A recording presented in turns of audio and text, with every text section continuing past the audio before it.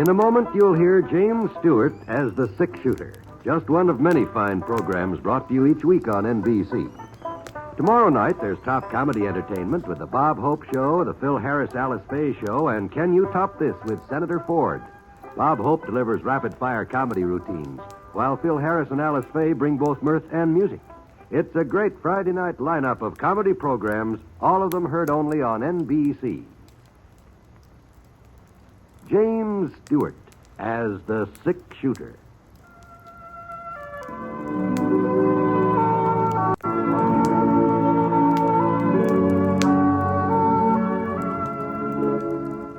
The man in the saddle is angular and long-legged. His skin is sun-dyed brown. The gun in his holster is gray steel and rainbow mother of pearl. Its handle unmarked. People call them both the six-shooter.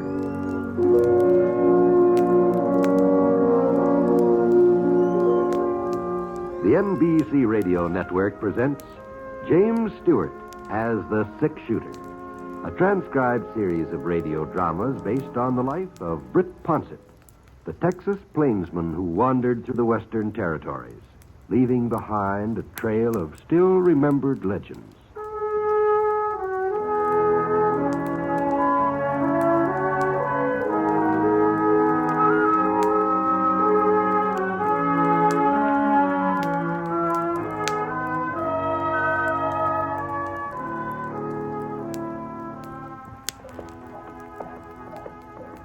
It was a little over 4 years since last time I worked for the Wilcox outfit, but when George Wilcox wrote me about his pa's death and said he needed somebody to handle the cattle drive east to Abilene, well, there weren't exactly any other demands on my services, so I headed up to Adobe Junction and rode through the town to the Wilcox Ranch a couple miles beyond.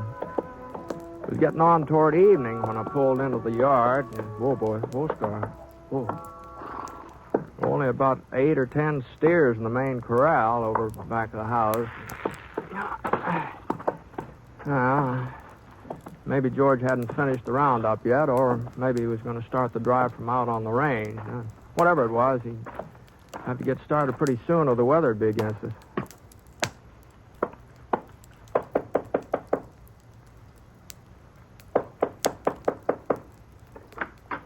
Yes? Good evening, ma'am. Is George Wilcox in? Why, Mr. Ponset, don't you remember me? What? I'm Viola Wilcox, George's sister.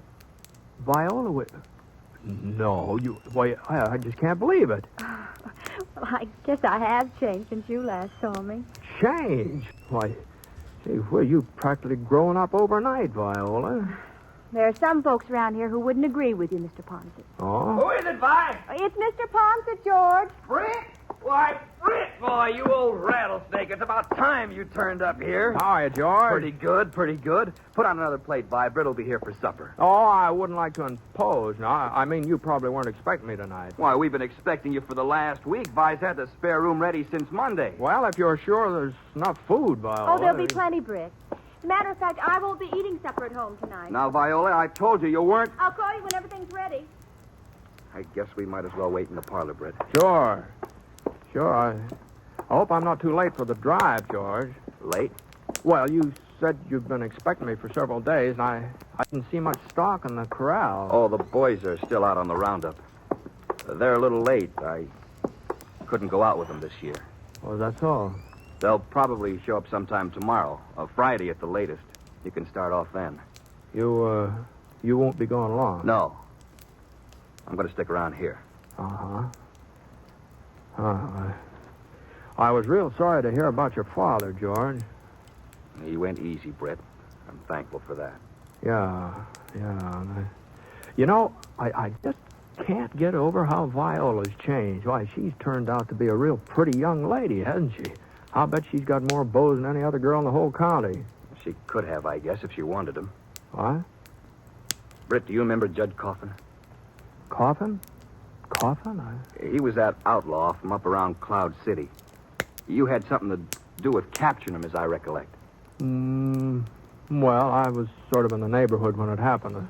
I was just a kid then, but Pa took me over to Cloud City to see Coffin's trial, and hanging afterward. I guess he figured it'd be a good lesson for me. Uh-huh. He was right, too. I never forgot it. There's something else I never forgot either.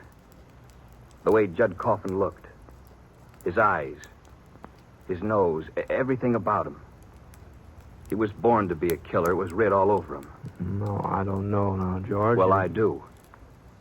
And now he's back here again. Well, what are you talking about? Judd Coffin was hung. You saw it yourself. You just said so, George. Judd had a brother. A few years younger. I don't remember his name, but I saw him at the trial, too. Yeah. Oh, yes. Yeah, now that you mention it, it seems to me there was another Coffin boy. What about him? There's a young fella started working for the Mercantile in Adobe Junction, and if he I'll ain't... be right there, Hank.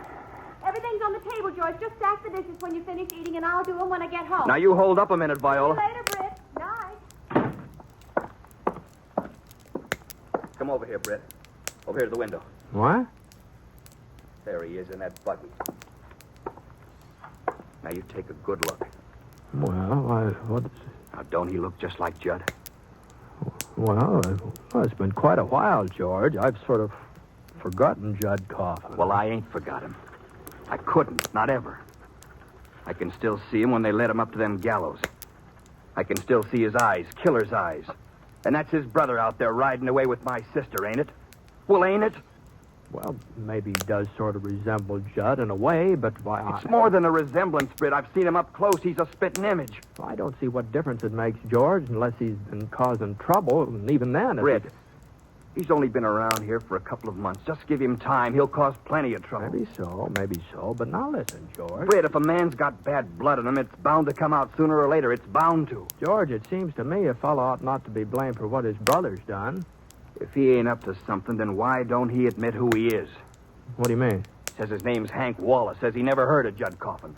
Well, he ought to know. He's lying, Britt. You saw the resemblance yourself. Well, resemblance doesn't always prove anything, you know. You think I want a man like that going around with my own sister? Why, she's barely 18. She don't know nothing about the world or about people. I'm all she's got now. I can't let her throw her life away on Judd Coffin's brother. I've got to stop her. Yeah, I guess she is sort of your responsibility. But, George, how about that supper? I'm kind of hungry. You go ahead, Britt. I ain't got much appetite. Oh, all right. Britt, Yeah? maybe this sounds like I'm butting into Vi's business, but I got no choice. Just before he died, Pa warned me, told me what would happen. No? Britt, it wasn't 6 weeks after the funeral before she started going around with this fella. I tried to talk sense to her. It don't do no good. Now I gotta put my foot down. You understand how I feel, don't you, Britt? Yes, George. Sure, I understand.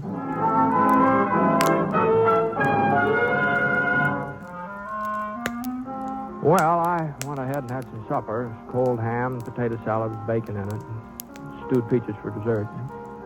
Wasn't anything exceptional, but it was filling enough. And afterwards, since George hadn't eaten anything, I decided maybe I'd go ahead and do the dishes. The dish pan was hanging right beside the sink, so I pumped some water in it. There was only a couple plates and cups to wash. But the handle on that cup just wasn't very substantial, and when it slipped... Oh, doggone it. Well, looked like it was beyond the gluing stage, so I kind of got the pieces swept together and put them in the garbage bucket. I wasn't exactly trying to hide them or anything like that, but, there were plenty of other cups in the cupboard. Anyhow, I walked back into the parlor and said goodnight to George and went upstairs to bed. I figured he was going to wait up for Viola, and I didn't suppose she'd like the idea, but it wasn't any of my business, so I was kind of tired anyway.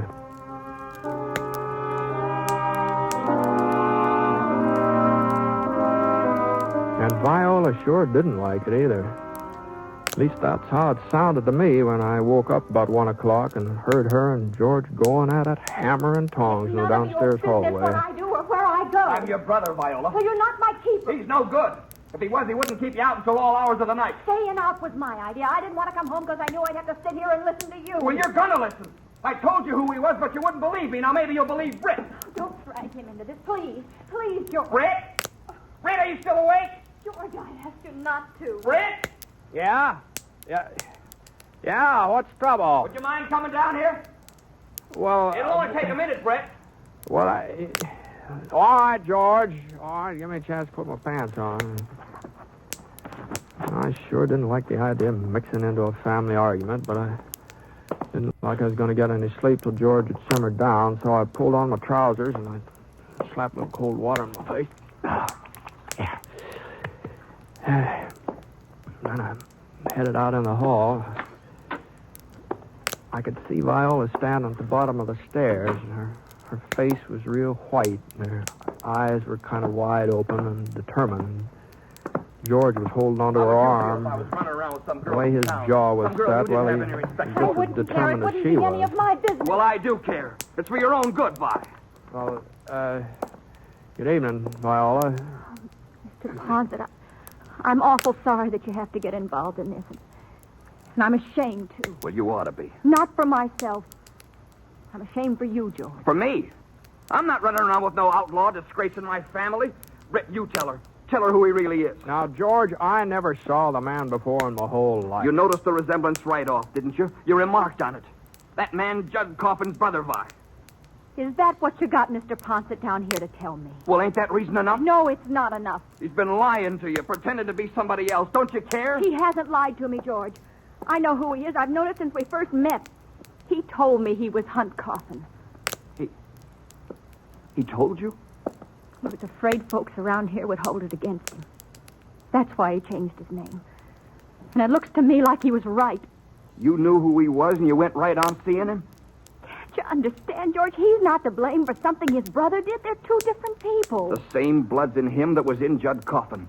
And he'll turn mean and pull the same kind of stunt his brother did, and he'll end up the same way. Oh, that's crazy. Why, he doesn't even carry a gun. You've seen him often enough. You know he doesn't. He can get a gun easy enough, and he will.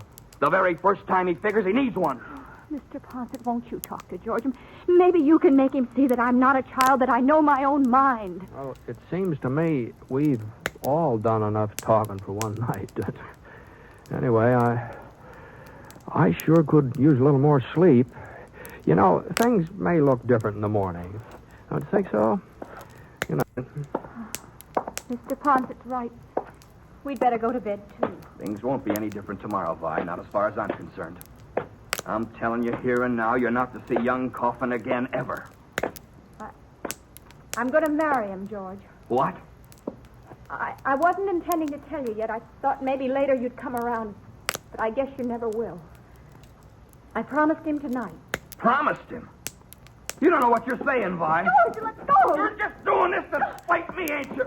Well, I'll teach you. I'm in love with him. In love with a man like that? I'll slap the sense into you, but takes me all night. Hey, George, now get a hold of yourself. You heard what he said. She's going to marry him. Or she'll be singing a different tune. No, wait a minute. Wait, You stay out of this, George. She's my sister. I don't care whose sister she is. Now, let go.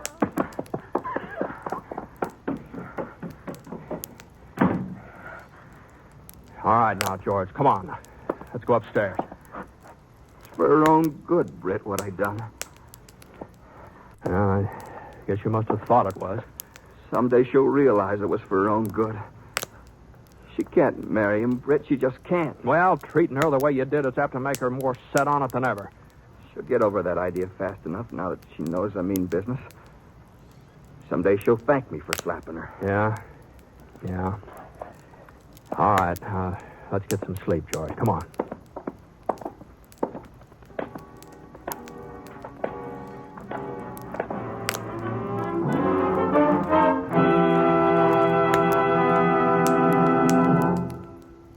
You are listening to The Six Shooter, starring James Stewart as Britt Ponset, the Texas plainsman whose name has become legend throughout the West. Now, Act 2 of the story called Blood Relations.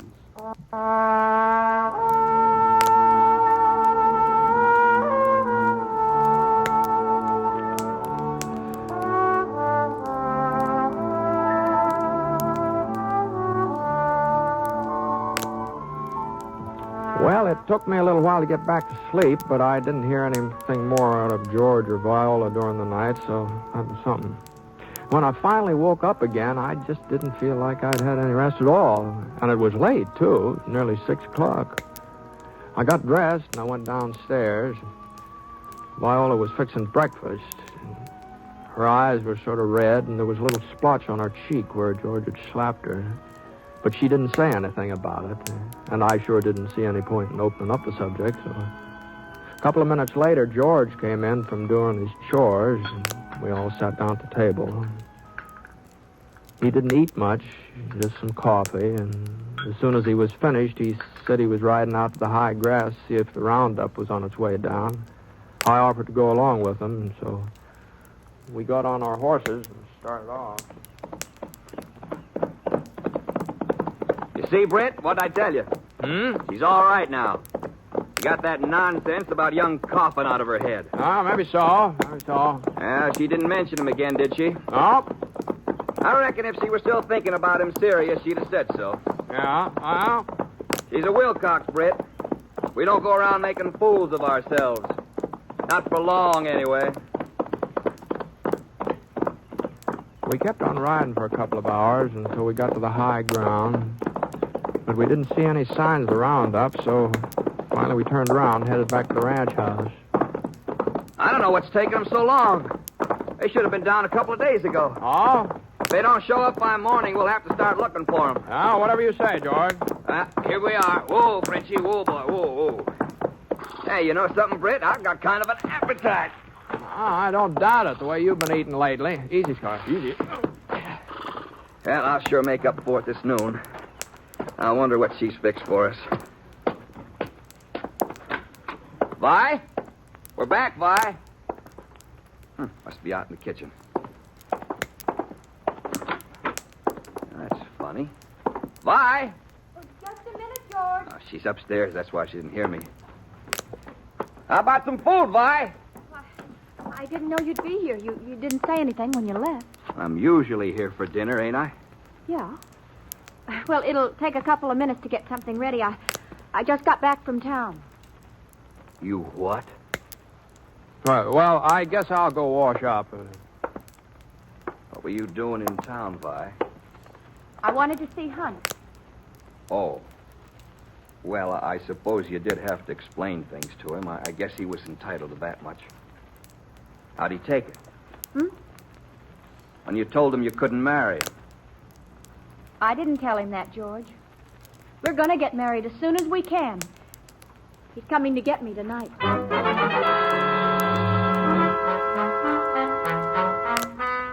Well, I sure didn't feel like sticking around for another one of their arguments, so I sort of sneaked out the front door and climbed into the saddle.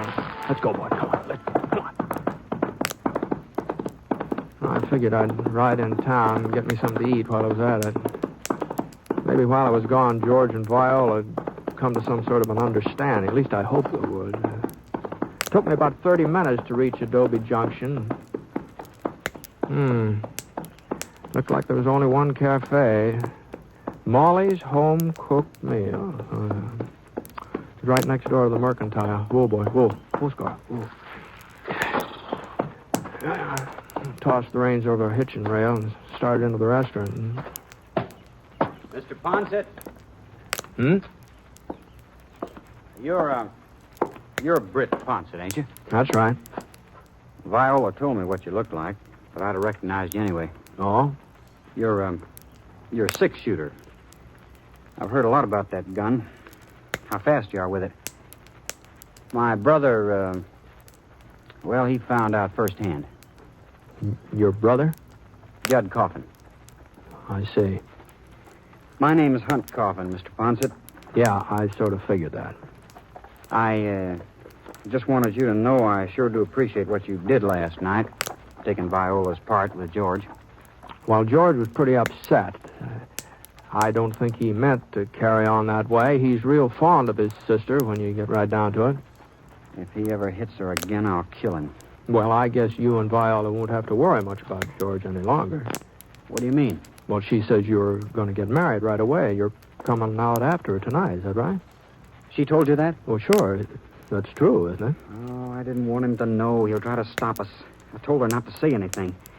We could have been gone before he ever found out. Now, Viola's not the kind of a person to do a thing behind anybody's back. Yeah. Well, maybe there's something else he ought to know. I bought me a gun this morning, Mr. Ponset. Is that so? I'll be out at the Wilcox place as soon as I get off work tonight. And I'll have the gun with me. Uh-huh. And George said you'd get a gun the first time you figured you needed one. Well, he was right. Yeah. It sure looks like he was. Well, so long, Coffin.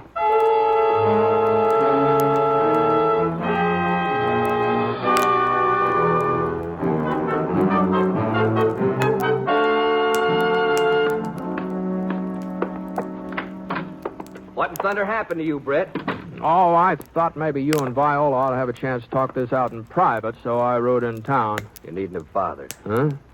Tried to talk to her, but she just wouldn't listen. She wouldn't, huh? I don't know what to do, Britt. I just don't. After last night, I thought she'd see things my way. I guess you were right. She's more set in marrying him now than ever. If Paul was still alive, he'd find some way of stopping her. I guess I'm letting him down. Well, where's Vi now? Upstairs, packing. I thought about locking her in her room, but it just wouldn't do no good. Besides, she ain't to blame, not really. That's right, George. A person just can't It's help his it. fault. Everything that's happened. And it's him I'm going to take care of. As a matter of fact, I ran into Hunt Coffin while I was in town. You saw it? Yeah, we had a little chat. He's kind of upset about what happened last night. He's upset. He'll have something to get upset about if he comes around here tonight. Well, maybe you ought to know, George. He's got himself a gun. There. What'd I tell you? Just like his brother. Why? Why, your friend's coming out here with a gun. He means to kill me. A man who'll take up a gun once, he won't stop, not as long as he lives. Now what do you think of it? Viola didn't answer George. She just stayed upstairs and went on with whatever she was doing. George walked into the hall. I heard him rummaging around in the closet. And he was gone for a minute or so, and then he came back into the parlor. He was carrying his pa's old Winchester rifle. He jammed some cartridges into the magazine and stared out of the window.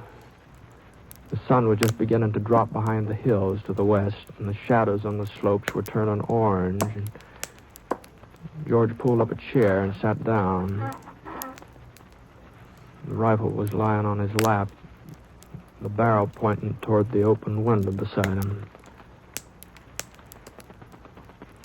George? Yeah? You use that gun, you'll be doing the very thing you accuse him of. There's a difference, Britt. This is my property. Pa left it to me outright. Sure. If Hunt Coffin sets foot on it, he's trespassing. I got a right to shoot a trespasser, ain't I? No, you haven't. Not under these circumstances. You gonna interfere? You gonna take his side? I'm not taking anybody's side. I'm riding into town, and I won't be back. You'll have to hire somebody else to handle your cattle drive. Suits me. I'll be able to handle the cattle myself now. I won't have to stay here after tonight. You know, George, he might kill you. Leastwise, if he takes after his brother, there's a good chance of it. Well, it looks like you're going to be around for it, whatever happens. What? There he is now, pulling into the yard. Coffin! Get out of here, Coffin! I don't want no trouble, Wilcox. Well, then start moving. I'm taking Viola with me. You're not taking anybody. I could see Hunt Coffin through the window over George's shoulder. He was climbing down from his buggy. Looked like he was carrying a .44 in his holster. George Wilcox stood up. His back shut off my view of Hunt.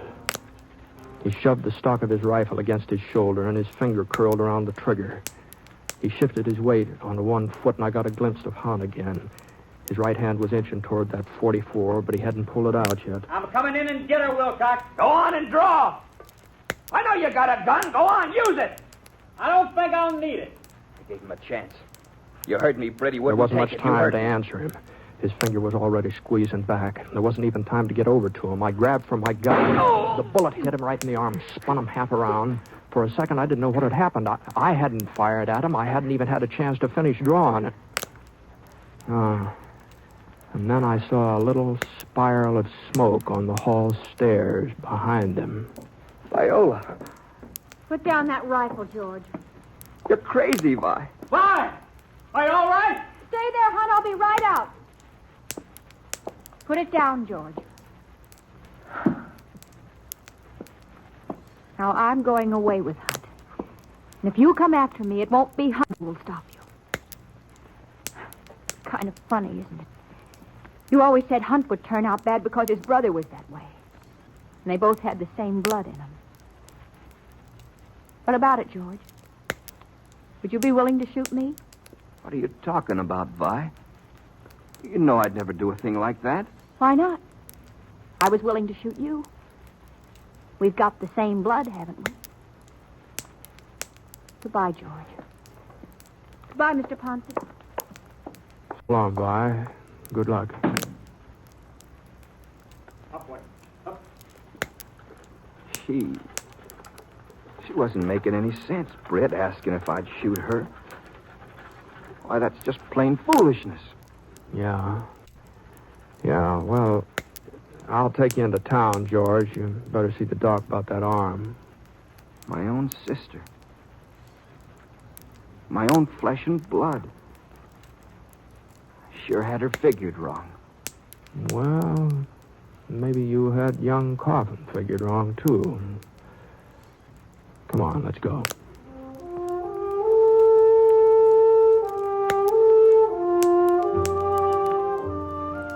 Well, the next morning the boys brought in George's herd, and what with that arm of his and all, I agreed to drive them north.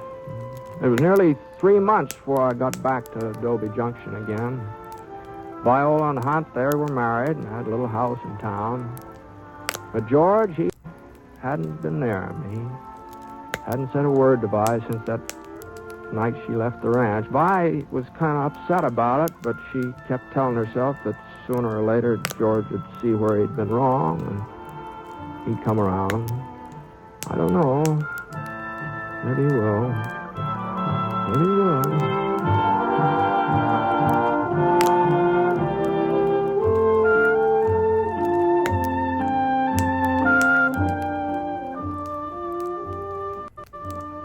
The Six-Shooter is a transcribed NBC Radio Network production in association with Review Productions. It is written by Frank Burt and is based on a character created by him. Mr. Stewart may currently be seen in the Universal International picture The Glenn Miller Story. Others in the cast were Barbara Eiler, Herb Ellis, and Sam Edwards.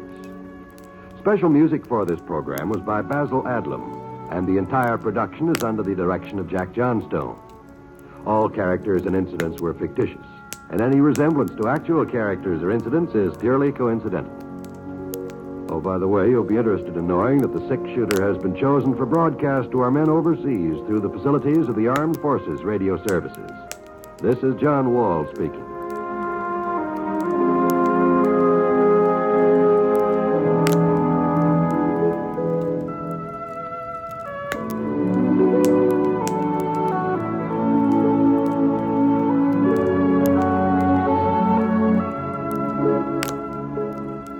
Macdonald Carey stars in Jason and the Golden Fleece tonight on the NBC Radio Network.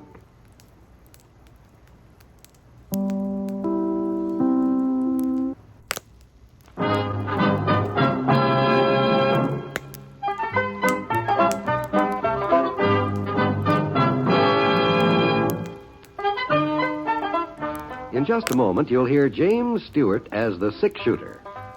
There's music for you tomorrow evening with two of your favorite song stylists. First, it's the Dinah Shore Show, and then songs with Sinatra.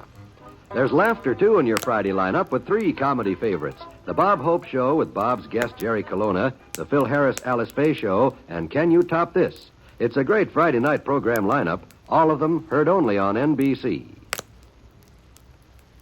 James Stewart as the Sick Shooter.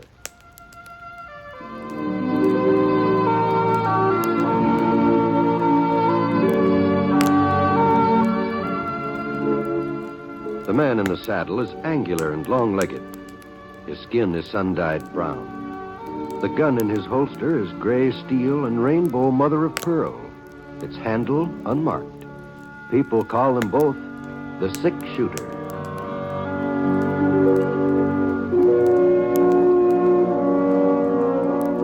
The NBC Radio Network presents James Stewart as the Sick Shooter, a transcribed series of radio dramas based on the life of Britt Ponset, the Texas plainsman who wandered through the Western Territories, leaving behind a trail of still remembered legends.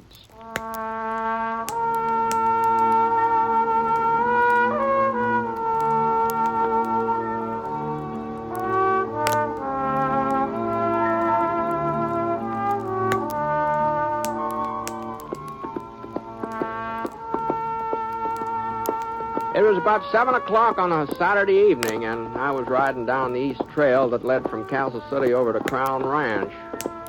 Been a real warm day. A little breeze was coming up now, and things were cooling off to a nice, comfortable twilight. I hadn't seen any signs of habitation for the last few miles. The soil was pretty thin and sandy. Probably wouldn't grow much. But a little further on, the ground turned brown, rich-looking.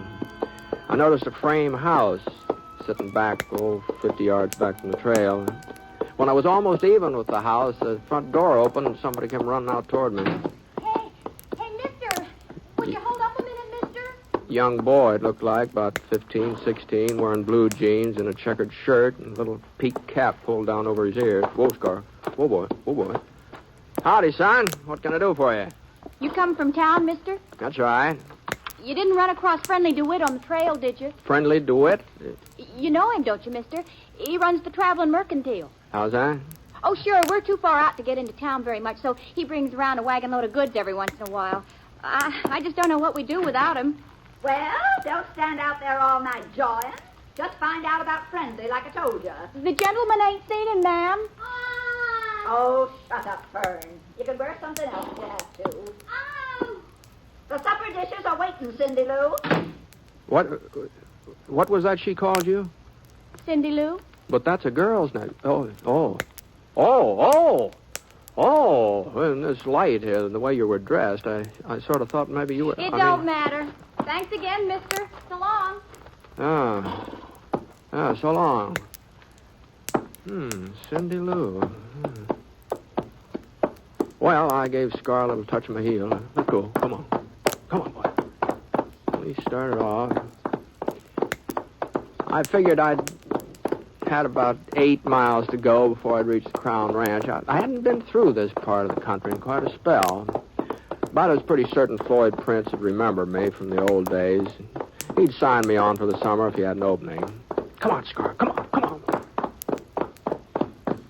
It was about 15 minutes later, and I came to the fork in the trail. I saw a wagon rolling along from the south. It was some wagon, too. Almost twice the size of anything I'd ever run into before. And the way the canvas bulged out, it looked like it was loaded to the brim. Well, it stood to reason that this was the traveling mercantile that Cindy Lou had mentioned. Whoa, Scar. Whoa. Whoa, Casey, whoa, Casey. Easy now. Easy there. Howdy, friend. Good evening. You're, Mr. DeWitt, I take it. You take it right, sir, except for that Mr. part. Just call me Friendly, like the rest of the folks. A friend in need is a friend indeed. Something you needin', mister? No. Shoelaces, chewing tobacco, flour, salt, kitchen utensils, ammunition, yardage, sewing equipment, anything at all. Just you name it, I got it. Here in the wagon. It sounds like quite an assortment there. Oh, that's only a part of it. I didn't even touch on my medical supplies. Oh. Old Doc Barstow's painkiller, Seth Simple all-purpose salve, Miss Jenny's bunion plasters and corn removers. You got any corns that's troubling you, mister? They're just a thing. No, I don't do too much walking. Oh. some liniment there. No, thanks just the same. I'm in pretty good health. Well, what about wearing apparel? I got a full line of Levi's shirts, bandanas, cotton and wool socks. No, I'm just not in the market for anything friendly. The only reason I stopped was to tell you that those folks down the trail were getting kind of anxious about you. Folks down the trail? Uh-huh. You know, the farmhouse a couple miles back there. Well, I just can't imagine who you're talking about, mister. I ain't even headed that way. I'm making a delivery over the Davis Ranch near Evergreen. Davis girl's getting married tomorrow morning. I'm bringing all the paraphernalia for the wedding. You sure somebody in this neighborhood's looking for me? They seem to be. I don't know the family's name exactly. The girl I bumped into is called Cindy Lou. Well, that must be Cindy Lou Ames. But why would... Great yellow pumpkins. Hattie Ames. That dress she ordered for her daughter Fern. What time you make it out to be, mister? I ain't unpacked my shipment of alarm clocks yet. Oh, it must be 7:30. Well, maybe I can get there before they leave. If I don't, Hattie Ames will skin me alive. Giddy up, Teddy. Come on now. Come on, Francis. Come on. I knew there was something else. And I was working on that dress only this morning, too. Shortening the hem. So long, mister. Hope you enjoy the square dance. Dance? What do you... Come on, Scar. Come on. Dance? What are you talking about? Well, that's where you're heading, ain't it? The Crown Ranch? Yeah, as a matter of fact, it is, but I didn't know about any dance or anything. I was going to ask Floyd Prince for a job. You mean tell me you ain't heard about the celebration tonight? No, not a word. Well, it's account of Floyd Prince's son. He just come home from schooling back east. Well, you mean Monty Prince? Yeah, that's the boy's name. You know him, mister? Oh, I used to. He was just a little shaver then. He's all grown up, huh? Well, he must be 20 or so, somewhere's along in there. I guess he'll be taking over the crown one of these days. I see. Well, I reckon better put off my job hunting until some other time.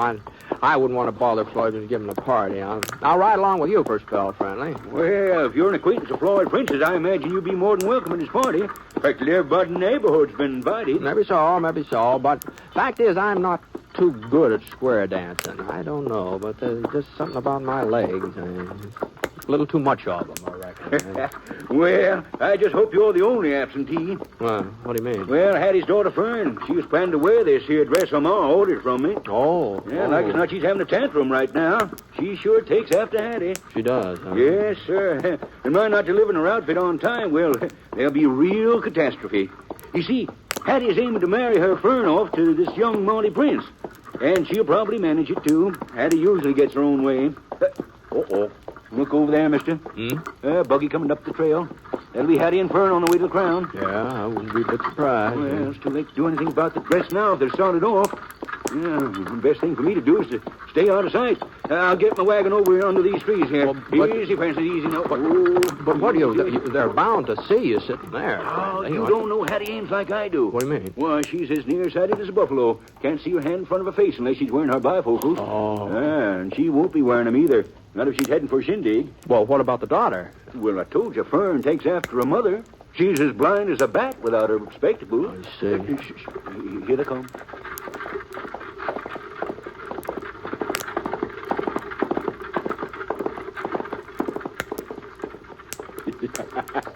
There. What did they tell you? Oh, doggone. They never even glanced over toward us, did they? No, not a glance.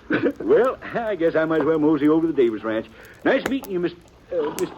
No, I'm sorry, friendly. I meant to introduce myself. My name's Ponset, Britt Ponset. Oh. Why, Mr. Ponset, I didn't recognize you. Oh, no reason why you should, friendly. No reason you should. Well, I heard so much about you. And that gun. Here, Mr. Ponset, here. I got me some samples of a new hair tonic. Smells real elegant, too. Maybe you'd like to try it. They say it'll grow fuzz on... Not that there's anything matter with your hair, you understand? Well, my supply is kind of decreasing. A little tonic might be very handy. All right, sir. Just a second now. I got it right back here. Yeah, here it is. Ah, thanks, friendly. My pleasure, Mr. Ponset. My pleasure. Well, I... Say, I just happened to think, what happened to the other daughter? Well, that buggy that just went by, there were only 2 women in it. Now, the girl I met back at the farm, she wasn't Oh, you mean Cindy Lou? Well, she wouldn't be going to Prince's dance. She wouldn't have. No. You see, Hattie ain't got much use for her. Cindy ain't Hattie's real kin. She's just a stepdaughter. Oh. Yeah, Hattie and Fern, well, they just seem to go out of their way to make things miserable for her. Like this here dance, for instance. Everybody knows that Monty Prince and Cindy Lou used to be real friendly when they was kids. Well, she'd probably give her eye tooth to go to that party tonight, see him again, but, well... It's too bad she can't. Yeah, but there's nothing anybody can do about it. Why, she don't even have a dress to her name. You know, I've got a hunch she'd be real pretty if Hattie ever allowed her to fix herself up. Well, she seemed a mighty nice-looking girl to me. Yeah, sure is. Yeah. What's the matter? Why shouldn't Cindy Lou go to that dance tonight? With all the stuff in this wagon, I could fix her up so she'd be the prettiest girl there. Oh, maybe you could, friendly. Maybe you could. It'd sure be a good trick to play on Hattie and Fern. Why, if they couldn't tell my wagon at 50 feet, they'd never know Cindy Lou when I got done with her. Come on, Mr. Ponset. Why? Well, a girl can't go to square dance all by herself. She's got to have an escort. Oh, I suppose so, but, now hold on, friendly. What, you don't mean me? Well, you're a friend of the princess. You said so yourself. Why, I'm old enough to be her... If we don't hurry, Mr. Ponset, the square dance will be all over. Come on. Step lively there, Francis. Come on there, Peggy. Let's go traveling. Come on, Mr. Ponset.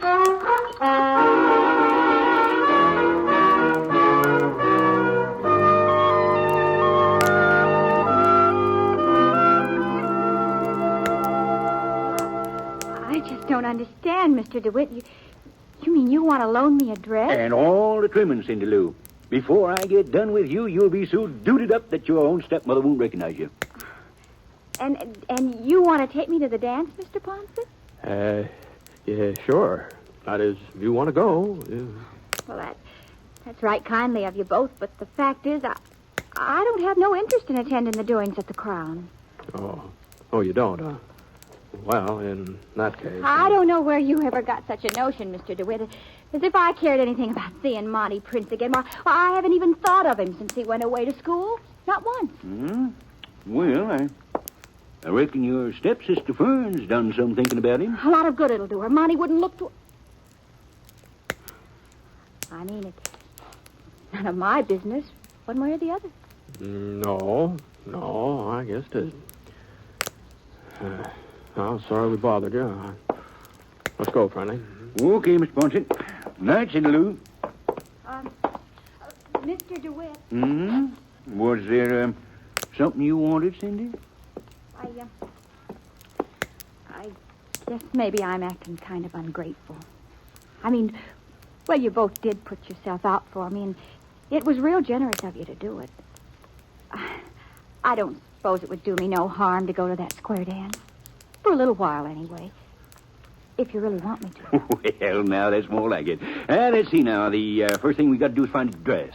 You come on out to my wagon, Cindy. We'll pick something that'll make you look like a princess. Yes, sir, a real princess.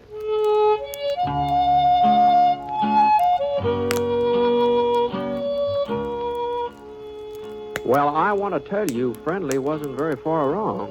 That's just exactly how Cindy Lou looked when she came out of that bedroom about half an hour later.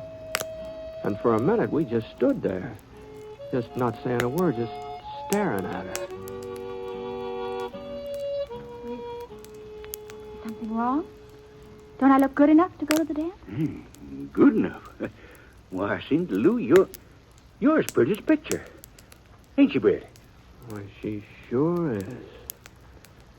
Well, if you're all ready, Cindy, well... There's just one thing. We forgot the shoes. Shoes? I don't have any party slippers of my own. Oh. Well, you see, Cindy Lou, that's about the only item I don't stock in my wagon. I guess you can make do with the shoes you're wearing, can't you? Oh, I don't see how. I mean, well, look at them yourself. Yeah, no. No, wait. I am carrying one pair of fancy slippers. They're part of the Davis girls' wedding outfit. Well? No. I couldn't loan them to Cindy, though. I got to leave for the Davis ranch as soon as you two start off for the dance. I promised I'd be there first thing in the morning, and it's a good 8 hours drive in that wagon of mine. Oh, I see, yeah. Well, it was real nice of you both, anyhow. I'll never forget what you tried to do for me and how I felt when I put on this dress. How wonderful. Now, hold on, Cindy. Hold on.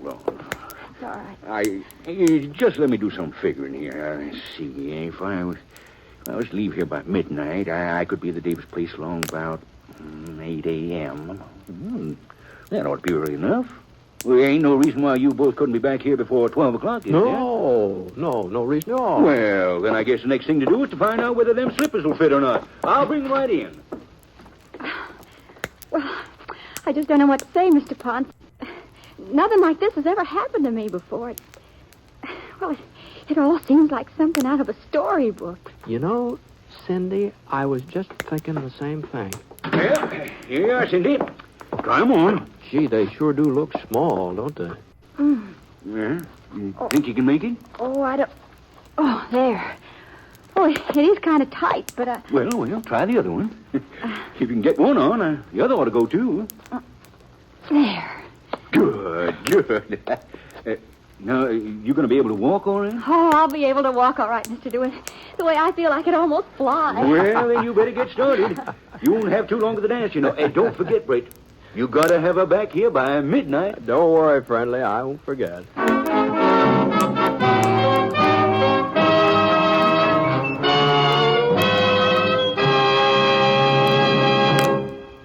You are listening to James Stewart as the six-shooter.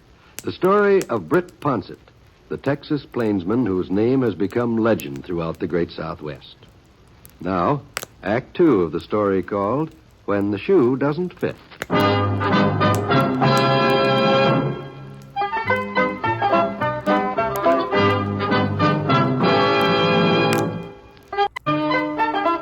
I hoisted Cindy Lou up on Scar, and she managed to seat herself in front of the saddle. I kind of held on to her to keep her from falling off, and we started off for the Crown Ranch. It took us about 45 minutes to get there, and that party was in full swing when we walked into the parlor.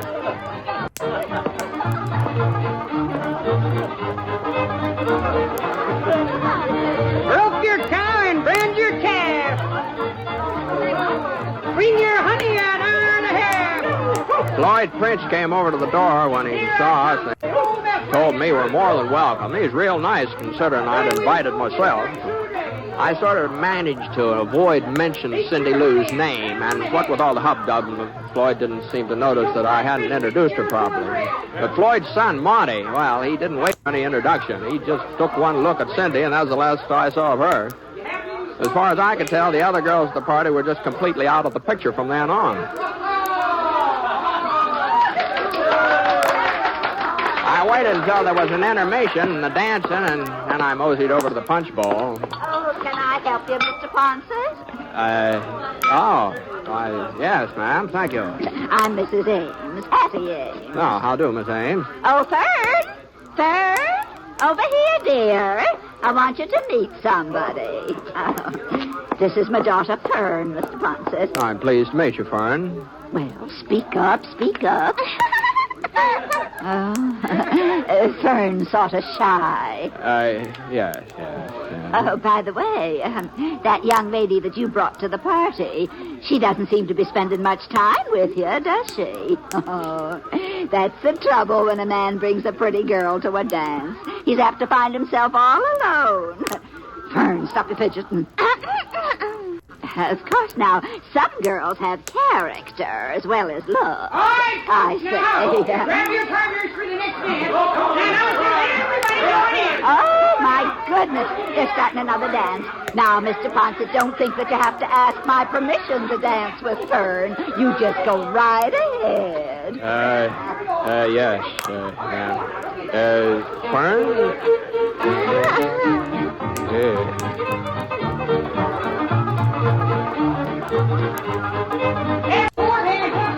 go.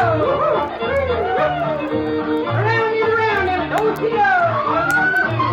Like I said, I'm not much of a square dancer, but there just didn't seem to be any way of turning Fern down. Well, I guess I should say there wasn't any way of turning her mother down.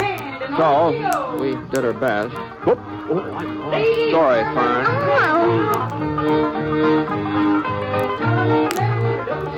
As the evening wore on, it didn't look like she had any other part lined up. Well, I figured it was up to me to sort of fill in. Whoop, whoop.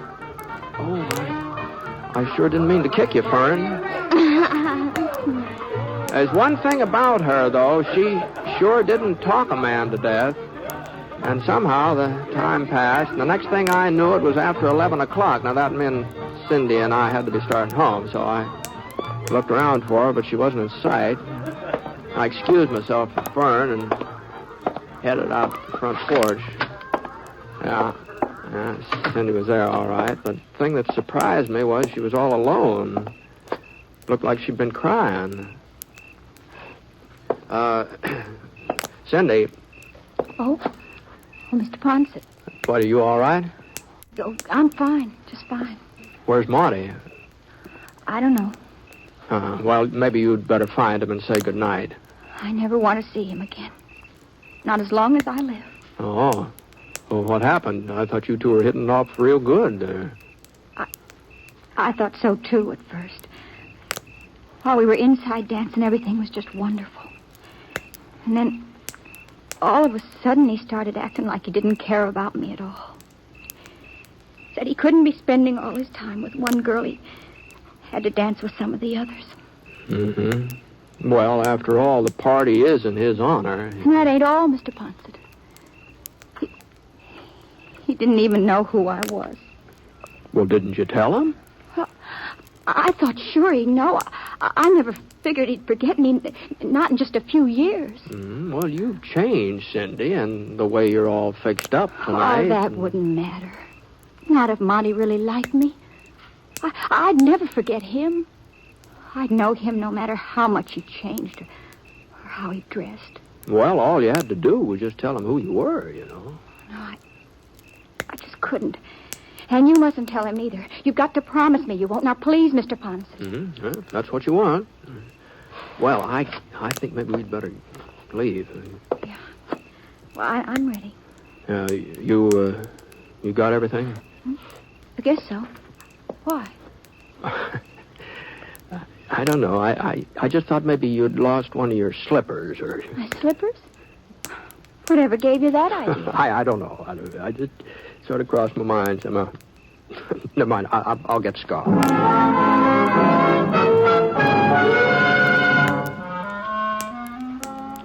Well, it just goes to show you that stories in real life don't work out the same way. Instead of falling in love, Cindy and Monty Prince were just far away as ever, and even farther. And there didn't seem to be any way of getting them together either. Leastways, he wasn't going to be able to do it by finding one of her slippers at the dance, that's for sure. As a matter of fact, she couldn't have lost a shoe at the dance if she'd wanted to. When we got her home, we found out she couldn't even get them off. Doggone it, Cindy, you must not be trying. Well, you didn't have as much trouble getting them on. Oh, I'm sorry, Mr. DeWitt. I'm doing my best. My feet must have swelled up from the dancing or something. The slippers just... Here, let me do it. Oh, sure. Why, they're just plain stuck fast. I know. Maybe in the morning my feet will go back to normal. And then you... Hey, look out the window there, friendly. Isn't that a buggy out there? Holy smoke. Fern and Hattie. So long, Cindy. Bye, Britt. Oh, wait a minute, friendly. I don't want them catching me here either. But what about the slippers in the wedding tomorrow? The bride's wearing a long dress, reaches clear down to the floor. She can get married in the bare feet if she has to. Well, thanks for everything. Good night, Cindy. I'm sorry things didn't work out better for you, but good night.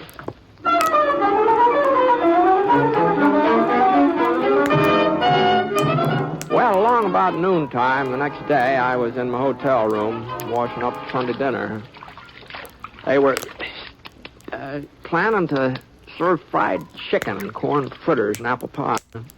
The Castle Hotel always put the food on family style, so I figured I'd better be real prompt or there wouldn't be any... Yeah? Yeah, come in.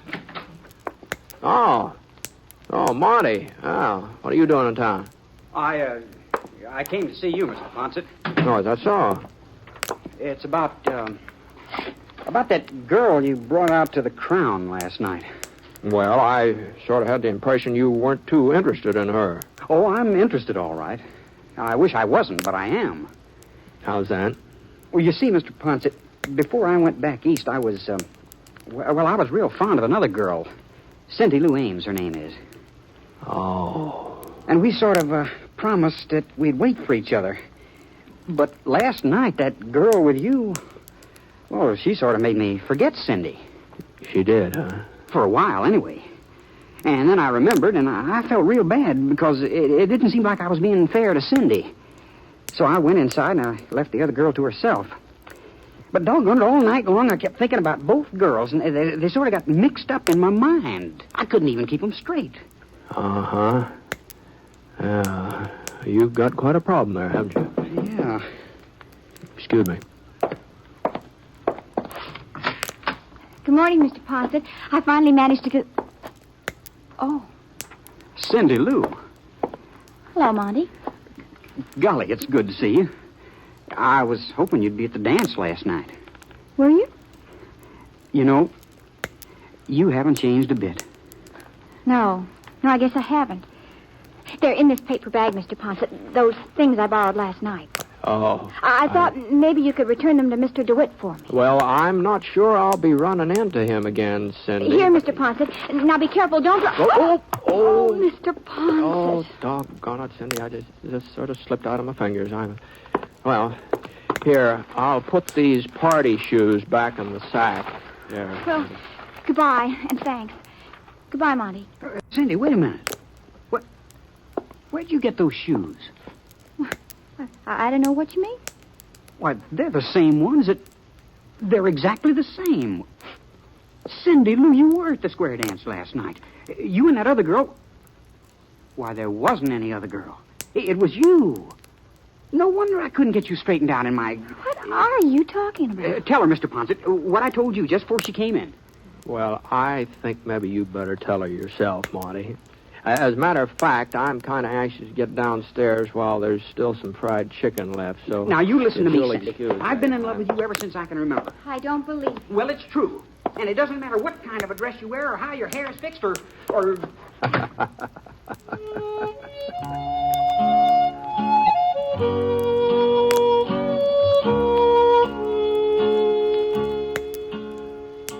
Well, there wasn't much point in my hanging around to see if Cindy and Monty would finally get together. There's only one way a story like this can end. I guess you know as well as I do. They were just bound to live happily ever after.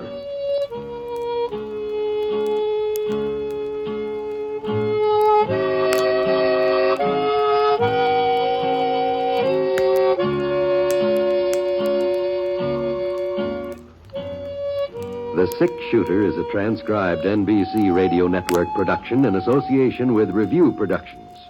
It is written by Frank Burt and is based on a character created by him.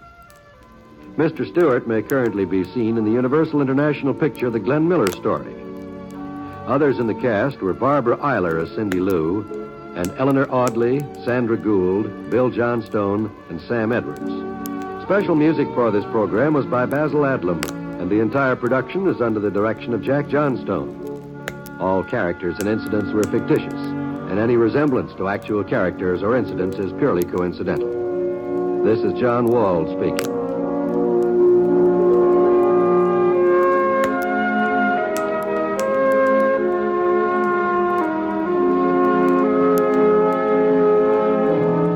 Hear MacDonald Carey in Jason and the Golden Fleece tonight on the NBC Radio Network. James Stewart as the Six Shooter.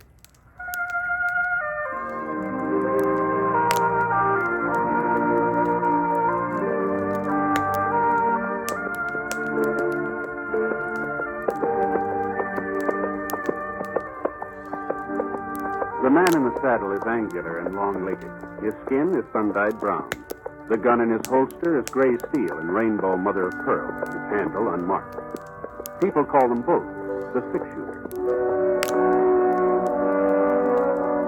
Coleman, America's leader in modern automatic home heating equipment, and the National Broadcasting Company present James Stewart as the Six Shooter, a transcribed series of dramas based on the life of Britt Ponset, the Texas plainsman who wandered through the Western Territories, leaving behind a trail of still-remembered legends. Now, in just a moment, immediately following this important announcement, you'll hear Act One of The Six Shooter. In a few years, our public schools will be as behind the times as the Little Red Schoolhouse. And it's estimated that by 1956, there will be some 7 million more children in elementary schools than there are now. More equipment will be needed. and above all, more elementary school teachers. To help assure your child a proper education, join and work with local groups and school boards. And for free information about how people in other communities are improving their schools, write to this address. National Citizens Commission for the Public Schools, 2 West 45th Street, New York 19, New York. Now, Act 1 of The Six Shooter, starring James Stewart.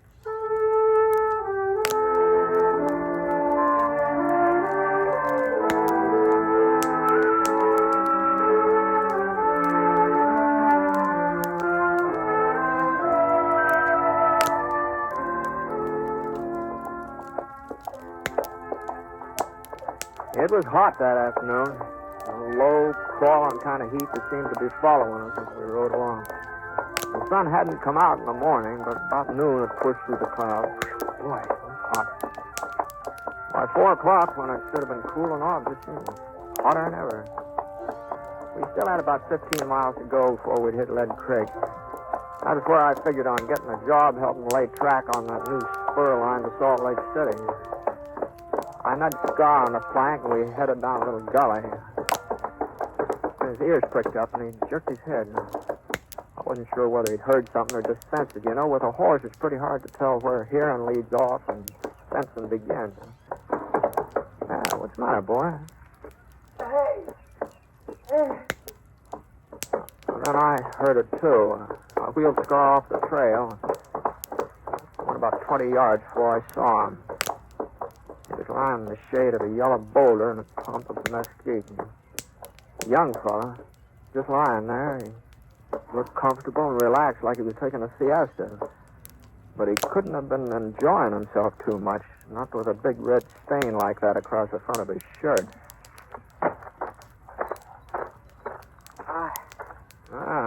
What's the trouble? I had a little accident. Yeah, it looks that way. What happened? My horse threw me a couple hours ago. Must have landed on my gun. It went off. See, you haven't got any water, have you? Sure.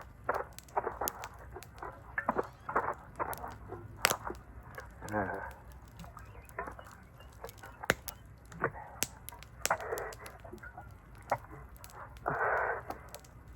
Thanks. Lucky you came by, mister. You're a stranger, ain't you? I'm just passing through. Yeah, I'm not much of a doc. Maybe I can fix a bandage for you for the time being. I already fixed one. Just my shirt tail. Don't seem to be doing much good. Oh, yeah, let me see if I can tighten it.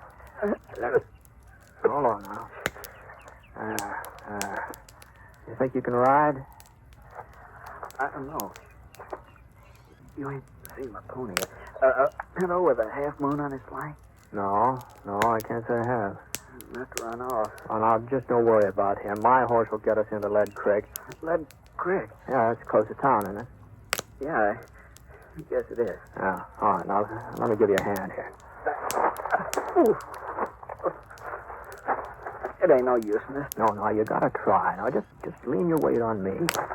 I'll never make it. Okay. That's it. There's a cabin past a mile or so west. I might be able to ride that far.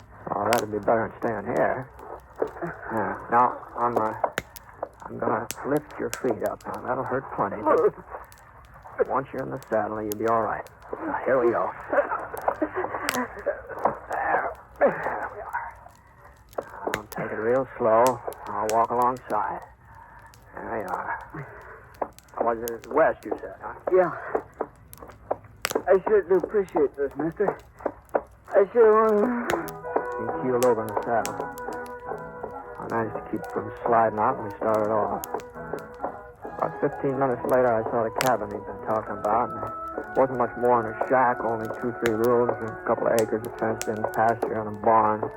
I led Scar up to the front stoop and lifted the young fellow off. He was still unconscious, which was all of it good, of course. I carried him up to the front door and gave it a couple of kicks. Kicked again, and he sprung open. Anybody home? Hello?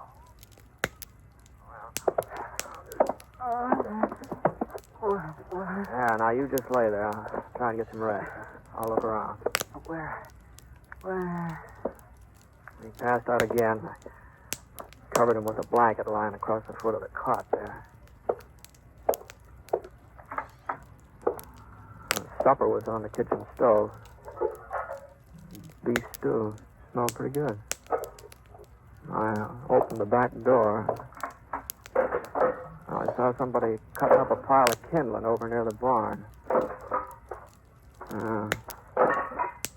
Whoever it was sure knew how to handle an axe. Where'd you come from? No, I'm sorry if I frightened you, ma'am. I knocked on the front door, but I guess you couldn't hear me, huh? I ain't got no handout for a tramp. Go on, get out. Well, I'm not exactly a tramp, ma'am. Although I'm not blaming you for thinking it. I've been riding for quite a spell. Well, what do you want? I run across a fellow a little while ago in a gully just east of here. He'd been shot up. Shot? Yeah, he said his gun went off accidental.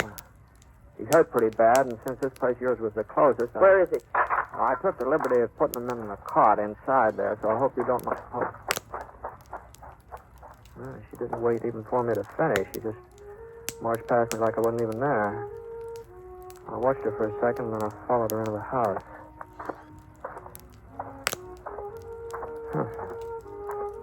I'd never run into a woman exactly like her before. At first, I thought she was a man. You know, the pants, the checkered shirt she was wearing, and the way she chopped up kindling, they fooled me. She walked like a man, too. Stiff, square shoulders. But her eyes,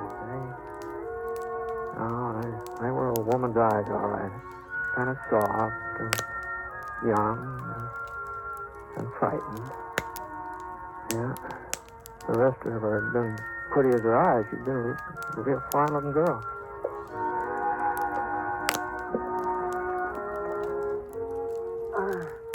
Take that rag off me while I fix a new bandage. Yes, ma'am.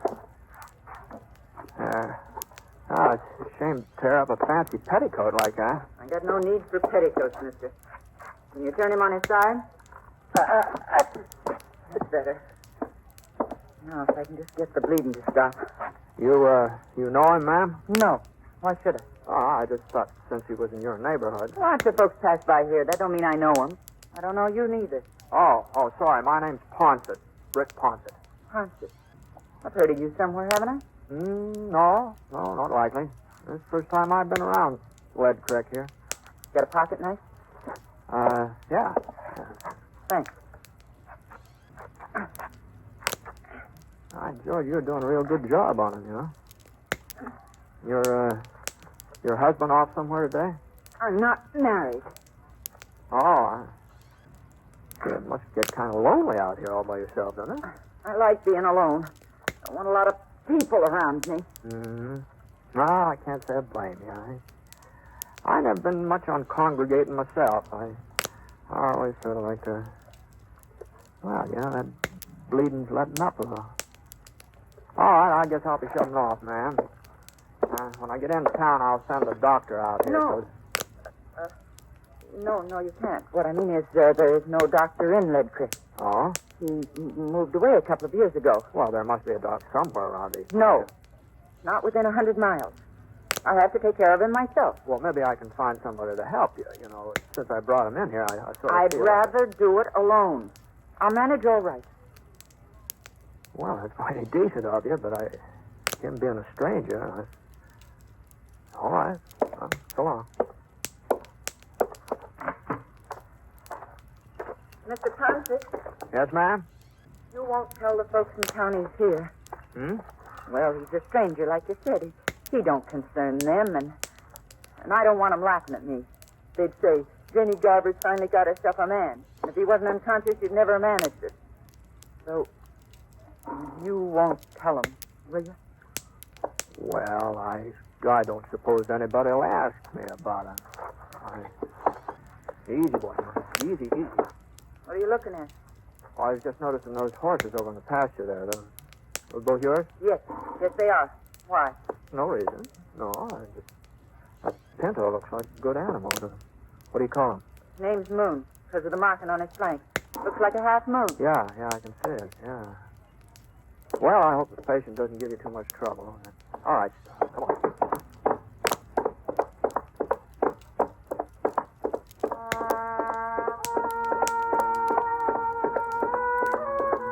The sun went down, but it didn't cool off much. Maybe when the moon came out, there'd be a little breeze.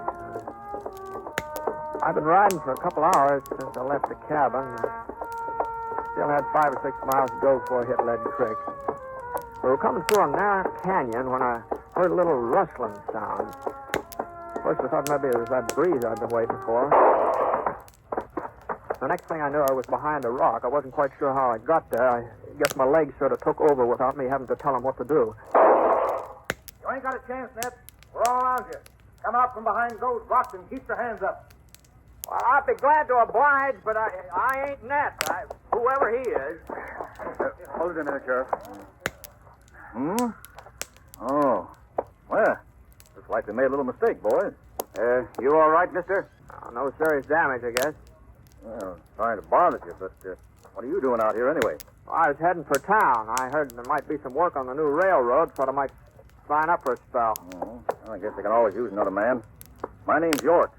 Sheriff Jim York. I'm pleased to meet you, Sheriff. I'm Britt Ponset. Ponset? The fellow they call six-shooter? I didn't know you were in these parts. Boys, meet Britt Ponset. Britt, this is Sam Norval, Tom Jackson, Harry Potter. Howdy. Britt's the man who brought in the Phoenix Kid. Kid had the drop on him, too, but he never got a chance to pull the trigger. At least, that's the way folks tell it. Yeah, well, between the doing and the telling, there's apt to be some exaggeration. Well, anyway, I'm sure glad we run into you tonight. That 6-gun of yours may come in handy. Oh? Yeah, we're looking for Ned Landy. That's who we thought you was at first. I figured something like that. Now, what's this Landy been up to? Trouble for the last 3 months. Hold up, a couple of shooting sprees. Broke into Harry's bank last night, killed Harry's brother. I see. I've taken a posse after him before, but we always seem to lose him in these hills. We'll get him tonight, though. Picked up his trail this morning. Even spotted him for a minute or two on the far side of Devil's Canyon over in the trees. I got off a shot. Thought I'd hit him for sure. But I guess my aim was off. Anyway, he gave us a slip again. Oh, what's he look like? Oh, he's young, about 23, I'd say. Short, wiry, black hair, rides a pinto. Pinto, huh? Mm-hmm. You ain't seen him. Yeah, I guess I have. Yeah? Well, where was he? I left him at a cabin about 9 miles back. And, your aim was all right this morning, Sheriff. He's carrying a bullet in his stomach. Of course, he said he'd shot himself by accident. The only cabin out this way is Jenny Garber's. That's the woman. That's the woman who lived there. Well, come on, boys. Let's go. Ain't you coming too, Britt? Oh, no, you won't need any help, Sheriff. Landy's not likely to last long enough for you to get him into town, I don't think. Well, we'll get him in all right. Doc will see to that. The doc? What? But I understood there wasn't any... Sam here's the doctor. See, that's what he's been claiming for the past 20 years. Yes, huh? Just wait a minute, Sheriff. Just hold on. I've changed my mind. I think maybe I will ride up there with you.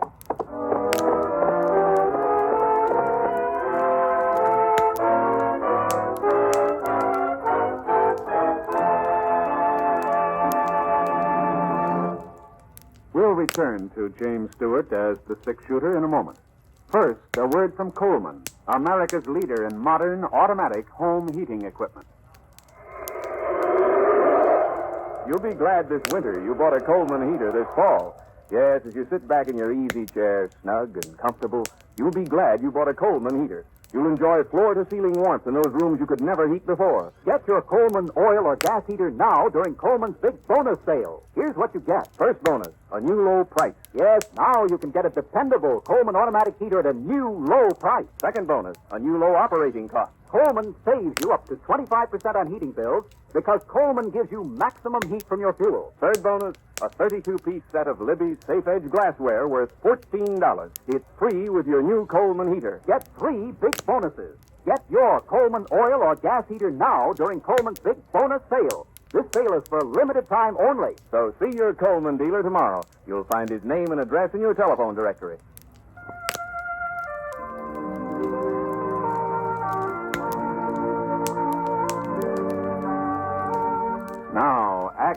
of The Six Shooter, starring James Stewart.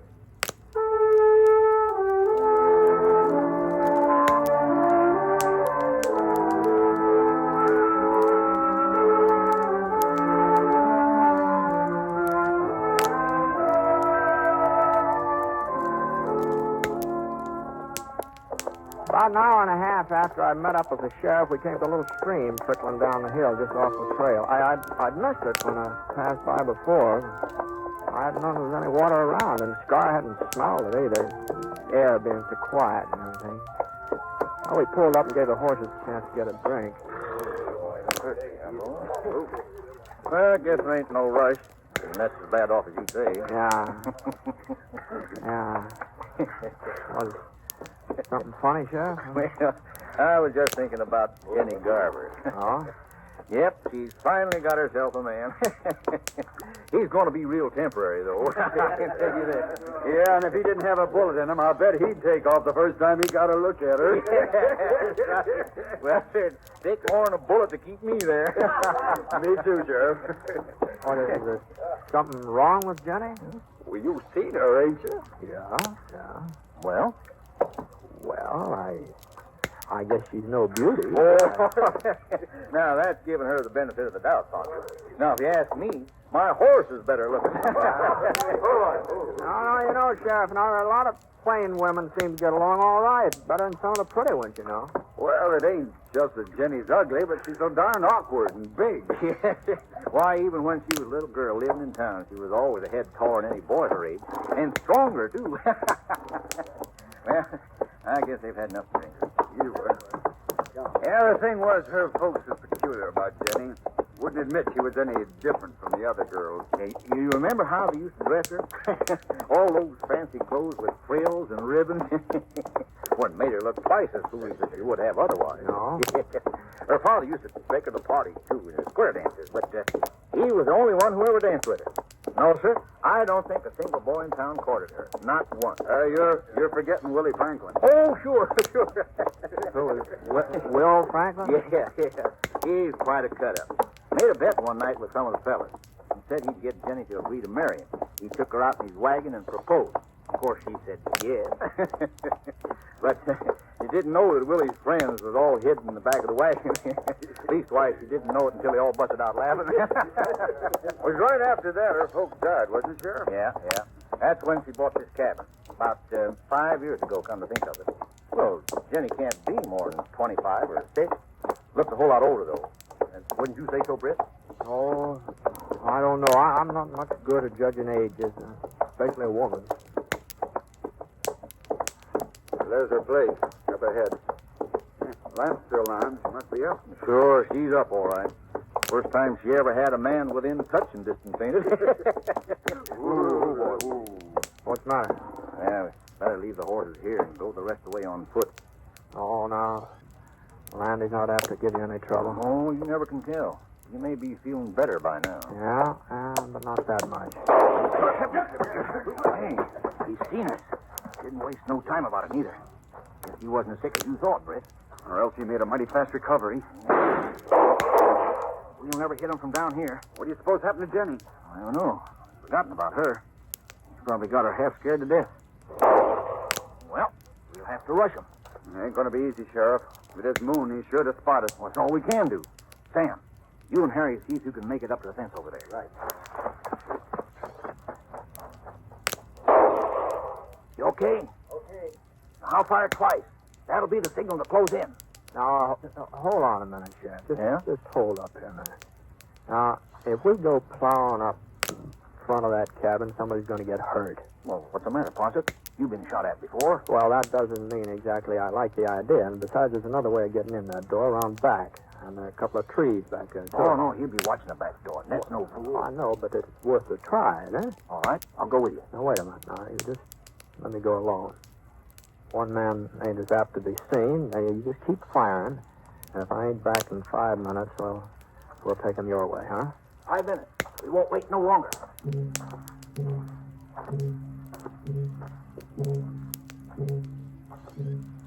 I hunched down low and I started circling toward the rear of the cabin. And there wasn't much cover, just rocks and a couple of scrub pines. Anyway, nobody was shooting at me yet. So far, nobody'd seen me. I come up along the side of the barn. And the back door was just ahead now. I still had about 20 yards to go. I ran forward and my foot caught. I tripped over some of the kindling Jenny had stacked up there in the afternoon. I lay quiet for a minute. I just waited. It sounded to me like I'd made enough noise so they could hear it clear down Lead Creek. No, shooting wasn't in my direction. So I got up on my knees and I raced for the cabin. I opened up the door. I kept on going. And when I got into the living room, I saw I'd figured right. That was on the cot, just where I'd left him. Hadn't moved. It was Jenny who was doing the firing. She swung around. She pointed the revolver at me. Her eyes weren't soft, not anymore. You told him. You brought him here. I had to, Jenny. I would have taken him away as soon as he was well enough. Why couldn't you let us alone? That killed a man last night, I don't care. I don't care what he does. As long as he needs me, I'll stand by him and help him. He needed a hideout, didn't he? He must have been staying here for some time, or his pony wouldn't have had enough sense to come back here with his own accord. They're going to start closing in, Jenny. You're not going to take him away from me. I won't let you. Ned likes me. He told me he likes me. And he's the first person who ever did. Give me your gun, Jenny. Even if it isn't true. Even if he didn't really mean it. He doesn't laugh at me like the others. He doesn't mind my looks. Everybody said I'd be an old maid. Even my mother said it. But I won't. Not now. Ned'll take me with it. He'll marry me. I know he will. Jenny, listen to me. Don't you understand? I can't let you take him away. No matter what. Not even if I have to. Killing me won't help in that. It's the only way I can keep him. I gotta stop you somehow. You and the others out there. Oh, there's no way you can keep him, Jenny. He's dead. What? Now turn around. Turn around, look at him. Now, I'm not trying to catch you off guard. Just turn around. He hasn't been breathing, not since I came in. Oh, he loves me. Ned loves me. All right, boys, come on in. You all right? Got him, huh, Britt? Oh, there he is. I might have known you'd take care of him. No, it wasn't me, Sheriff. It was you. Huh? Your bullet from this afternoon. Well, I'll be darned. I told you I was sure I'd hit him.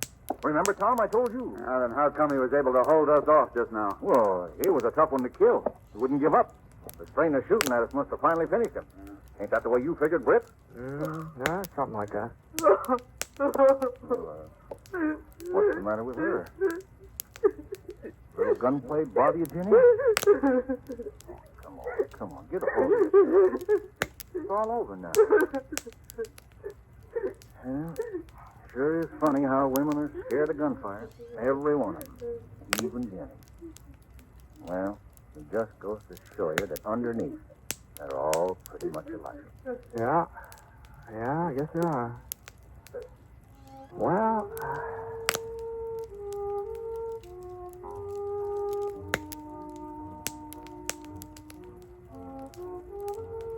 Ned was buried the next day, and there was one bunch of flowers at the funeral, wild daisies. Folks just couldn't figure out who sent them. And, they tell me that it was right about then that Jenny Garver started acting different. Oh, I don't mean she got pretty or anything like that, but she did seem more confident. She just seemed a little more sure of herself. Well, people said if they didn't know better, they'd swear that a man had something to do with the way she changed, but of course they all knew better.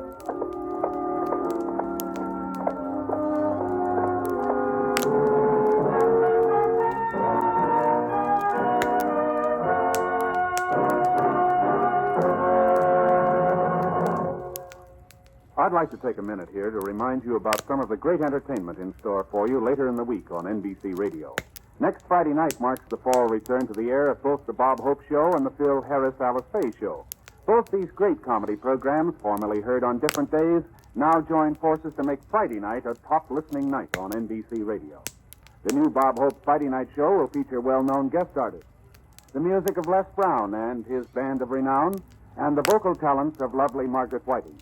And, of course, Bob will be in there delivering his rapid-fire topical humor. You'll find that the Bob Hope Show is most enjoyable listening each Friday night on NBC Radio. And immediately following Bob Hope, listen to the Phil Harris Alice Faye Show. And Alice has her brother William to keep her informed of Phil's hilarious actions. Also in the talent-filled cast, you'll hear Julius Abruzio and little Alice and Phyllis. You'll hear wonderful comedy every Friday night beginning this Friday night on NBC Radio. Yes, for the best in Friday night radio entertainment, remember to tune where you hear the familiar three chimes for the Bob Hope Show and the Phil Harris Alice Faye Show. Two great programs returning this Friday to NBC Radio.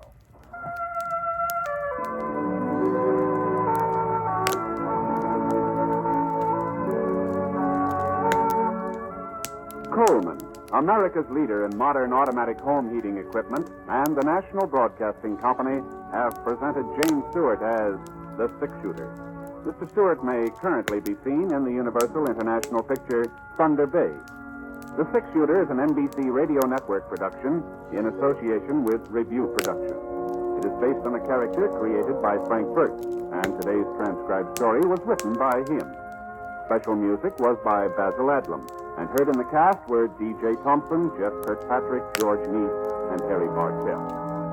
The entire production is under the direction of Jack Johnstone. All characters and incidents were fictitious, and any resemblance to actual characters or incidents is purely coincidental. Hal Gibney speaking.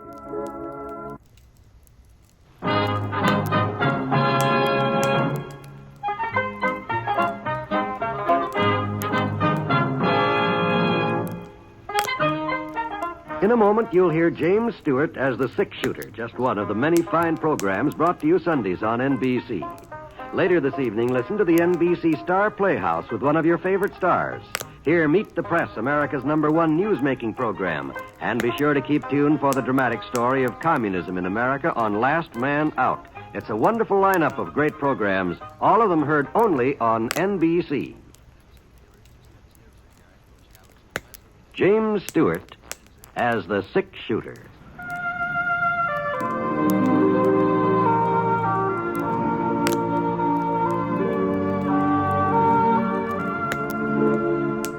The man in the saddle is angular and long-legged. His skin is sun-dyed brown. The gun in his holster is gray steel and rainbow mother of pearl. Its handle unmarked. People call them both the six-shooter.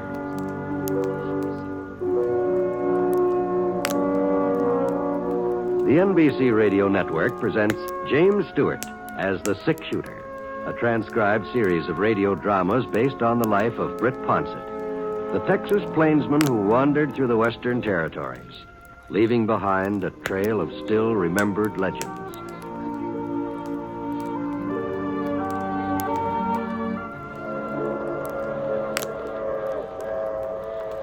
The 2 p.m. from Chicago wasn't more than, about 45 minutes late. That was practically a record for this time of year, what with the spring floods and all. Of course, later on in the summer, when things had dried up, it was more than likely the train had hit Russville right on schedule. Once in a while, anyway. I climbed down from the buckboard Paul Poindexter had lent me and walked over to the platform. I guess I'd be able to recognize Clay Fenton, even though I've never seen him before. It stood to reason that there wouldn't be more than one 16-year-old boy getting off at Russville Station, and Clay's mother had sent along a pretty complete description. He 5'7", thin, gangly, sandy hair, and a V-shaped scar on his forehead. The train had stopped now, and the conductor lowered some iron steps. The first person to step down was a drummer holding a big tapestry valise crammed full of samples. Behind him there were 2 ladies. They didn't have any suitcases, just boxes, so I figured they'd only been as far as Fort Davidson on a shopping spree. After them, there didn't seem to be anybody else at all. Well, now, I'm sure that letter had said Clay'd be arriving on the 22nd. Say, mister. Yep? This is the Tuesday train, isn't it? What day do you think it was? Oh, I know it's Tuesday, but sometimes, well, I was wondering if this could be Monday's train. I mean, you're not a day late, are you? Well, of course we're not a day late. We're right on time, practically. Uh-huh. Well, I was supposed to meet a young fellow traveling with you, about 16. Mr. Ponset? Oh. Clay? Yes, sir. Yeah, I didn't see you get off. I was riding in the last car. It took me a couple of minutes to get my things together. Oh, This the fellow you were looking for, mister? That's right. Thanks very much. What? Buckboard's right over here, Clay. Here, let me give you a hand of that suitcase. Oh, it's not very heavy. I can manage.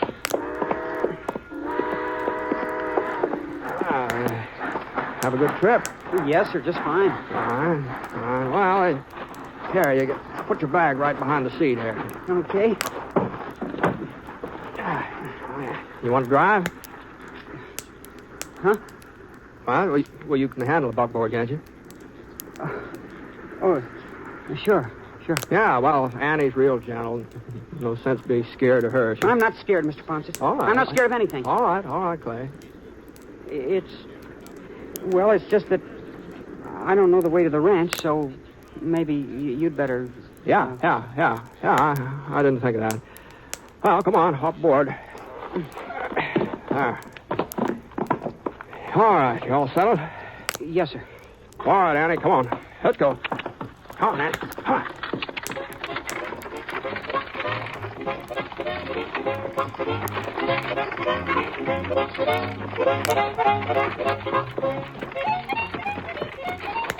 That's your first trip west, isn't it, Clay? That's right. Yeah. Come on, Annie. Come on now. You know, you must have done some pretty smooth talking to persuade your ma to let you come out here all by yourself. My coming was her idea, Mr. Ponset. Oh, I see. She thought, well, since I don't have any brothers and we've always lived in town, she thought maybe it would do me good to spend a summer on a ranch. I see. Of course, I was all for it, too. You were, huh? Oh, sure. Especially when I found out I was going to be staying with you. The other fellows, they sure were jealous when I told them I was going to be living with a six-shooter. Well, we all pick up nicknames out here, Clay. Something to answer to besides your own handle. It doesn't necessarily mean anything, you know. In your case, it means something, all right. No. Oh, Mom told me not to expect you to talk very much, especially about yourself. Yeah, I guess she knows you pretty well, Mr. Ponset. We used to be real good friends, your ma and pa and me. That was when they lived up in Dakota before you were born. Yes, sir. Come to think of it, you look like your pa. Well, that's what people say, but I don't remember him. Funny, the only thing I can remember is sitting on his lap and playing with his watch chain. I remember that watch chain just as clear as day, but I just can't remember him. Wonder why that is. Oh, some things just stick with a person, I guess. Yeah. Is it a big ranch, Mr. Ponset, where we're going? No, it's not true. Mr. Poindexter, he's the owner. Oh, he's got 500 head of cattle and a couple thousand acres, that's all. It sounds pretty big to me. That's all. What you're used to, I reckon. Yes, sir. It sure was nice of Mr. Poindexter to let me move in with you. Oh, he was real pleased at the prospect of having an extra hand for the summer. There sure has been more than enough work for the three of us already. You mean there's only 3 people on the ranch? Well, there's 4 now, counting you. Oh, I thought there'd be a whole lot more than that. I thought there'd be 10 or 15 cowboys and a cook and some men to look after the horses and... Well, Saul Poindexter, he does the cooking himself, and Jeff takes care of the horses. Jeff? That's Mr. Poindexter's son, yeah. He must be about your age, Clay. Maybe a year or 2 older. Not as tall, though. Oh. Jeff will show you the ropes. He knows all about ranching. Oh? Oh, I expect there's plenty of things you can show him, too, about city life, I mean. Yes, sir. I expect so. Yeah, you'll probably have a real good time getting acquainted. Well, here's where we turn off. Easy, Annie. Easy now. Easy now.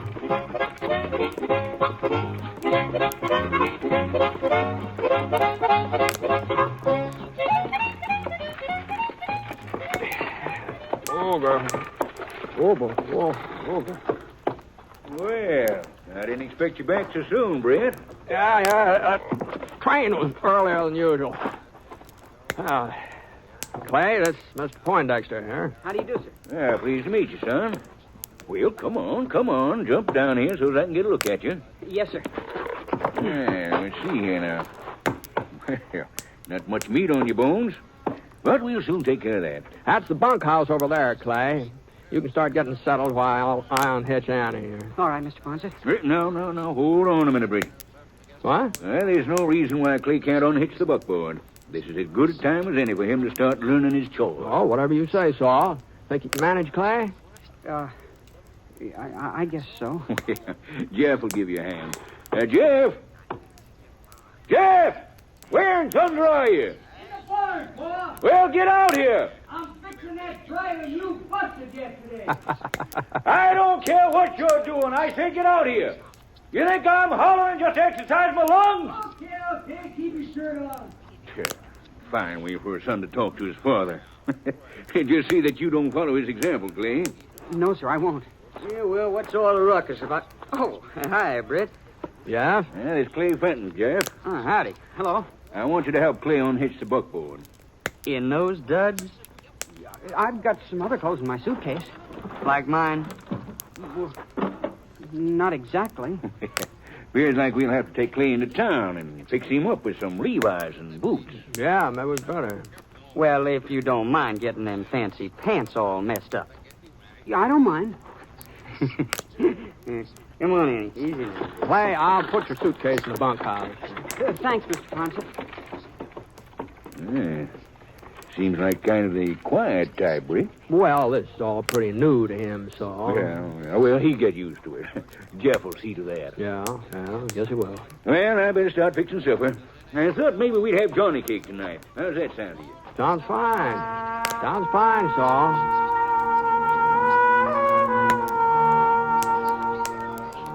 Well, I took Clay's things into the bunkhouse and emptied out part of a wooden footlocker so he'd have some storage space. Saul and Jeff lived up in the main house. There was room up there for me, too, but I always felt more comfortable in the bunkhouse.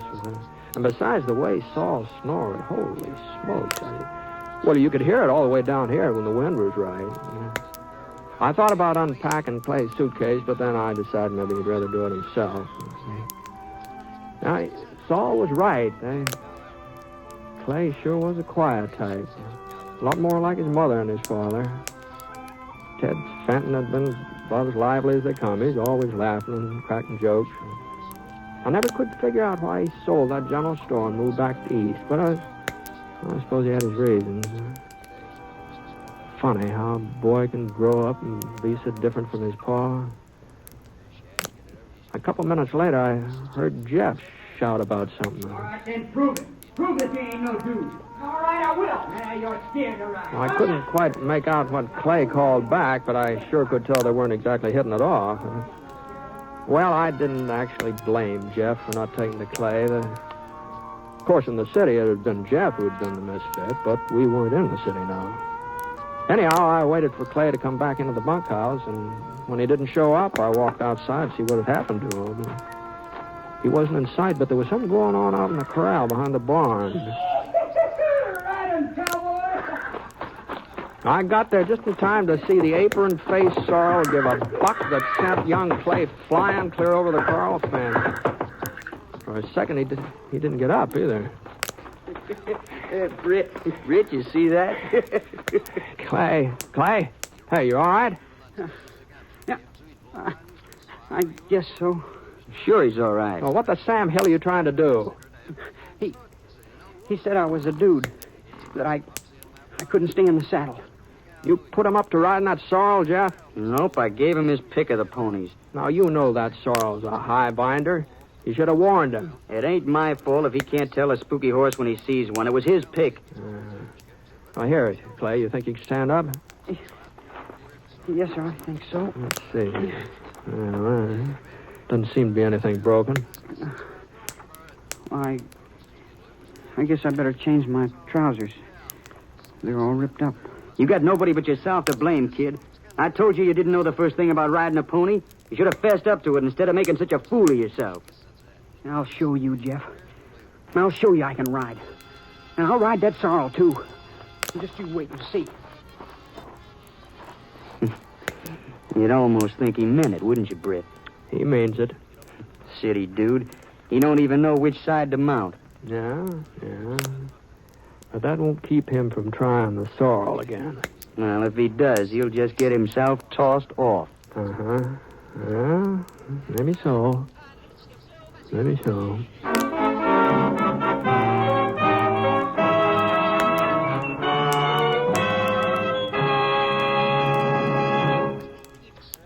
We'll return to James Stewart as the six-shooter in just a moment. Until recent years, misconceptions prompted a lot of people to feel that a diagnosis of heart disease was a death sentence. But today, thanks to medical science and the educational work of your Heart Association, we are learning that most people with heart disease can work and lead happy lives.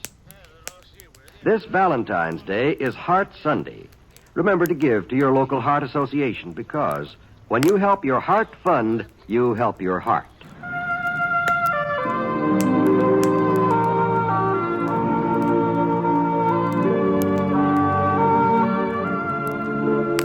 Now, Act 2 of The Six-Shooter, starring James Stewart as Britt Ponset.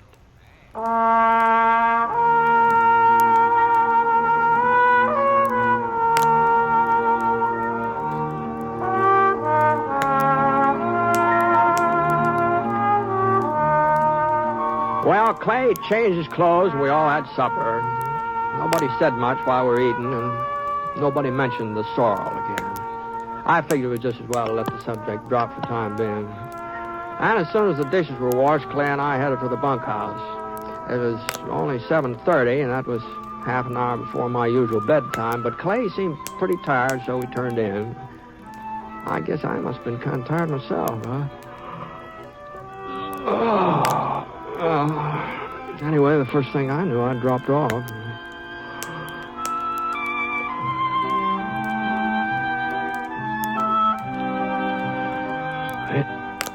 It was getting on toward dawn when one of the horses down the corral was sure upset about something. I turned over and I saw that Clay's bunk was empty. Clothes were gone, too. For a second, I wondered if he'd run off. Maybe he tried to go home. Then I heard him coming into the bunkhouse. His face was all wet and shiny, like he'd been working up a sweat, and there were some dark stains on his pants and shirt. And he undressed, and he put the clothes he'd been wearing in his suitcase. And then he crawled under the blanket on his cot, and he pretended to go back to sleep. He hadn't noticed that I was awake, and I didn't see any reason for starting a conversation at 4 o'clock in the morning, so... Besides, whatever he'd been up to, probably wasn't any of my business anyway.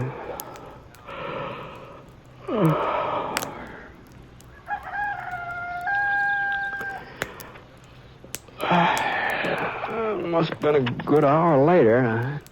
I woke up again. I was doused my face in a bowl of cold water and washed the sleep away. Clay drug himself out of bed and started to put on some trousers. I noticed they weren't the same ones he'd worn when he went out during the night. I didn't get a chance to say anything about it. Just then, saw Poindexter came charging into the bunkhouse like a bull after a red shirt. Good morning, Saul. Clay, I want to talk to you. Why, yes, sir. What's the matter, Saul? I just been down to the corral. That apron-faced sorrel has been whipped half to death. What? His flanks are cut to shreds. It's a wonder he can even stand up. Well, now, maybe he got caught in some barbed wire. I found the bullwhip beside the fence. It's caked up with blood. Well, do you know anything about this, Clay? No. No, sir, not a thing. You're lying, you little... Now, Saul. Jeff told me about how the sorrel threw Clay yesterday. You knew about it, Britt. You were there. Yeah, I was there. Well? I didn't do it, Mr. Ponset. If you didn't, who did? Me or Jeff or Britt? I don't know. Oh, maybe if you were whipped the way that pony was, maybe then you tell the truth, you little... Now, easy, Saul. Easy now. Get him out of here, Britt. Send him back home. Send him anywhere. But get him off my ranch. You didn't whip that pony, Clay? I told you I didn't. Yeah, that's what you told me. Why don't you believe me then? Just because I'm a stranger, because I'm different from the rest of you, why do you have to pick on me? Well, there's one way to find out whether you're telling the truth or not. What do you mean? You said you'd ride that sorrel again. You said you'd show Jeff that you could ride him, huh? No, I would, too, if they'd let me. Well, I'll let you. Huh? But I sure hope for your sake you didn't whip that horse last night. What difference would it make? Well, horses are pretty smart animals. And when somebody's mean to them, they don't forget it. And they can be mean, too. That sorrel especially. Oh? The person who beat him ever tried to climb on that pony's back. Well, but as long as you weren't the one, well, you haven't got anything to worry about, have you? Come on now. Let's go out to the corral, huh?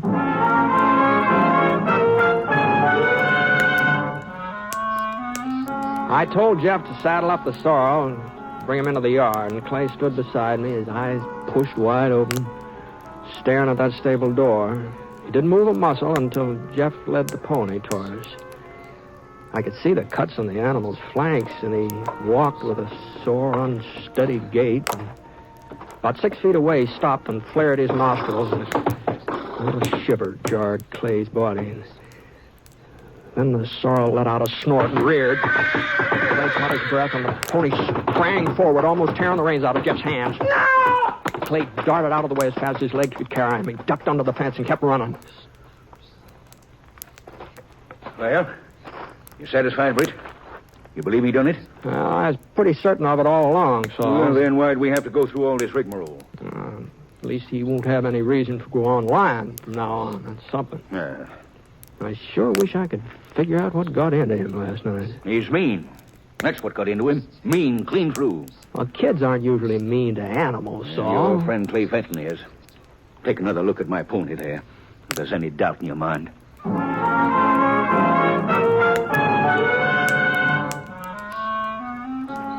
Well, we had breakfast, Saul and Jeff and me. Then we did the morning chores. I hoped that Clay would come back of his own accord and face up to what he'd done, but by 10 o'clock, it looked like somebody'd have to go after him, so I saddled up Scar and started off. It wasn't very hard to follow Clay's tracks across the prairie, and about 30 minutes later, I caught up with him. He'd stopped to rest in the shade of a chalk boulder, and he'd been too tired to stay awake. Whoa, Scar. Whoa. Whoa, boy. Easy.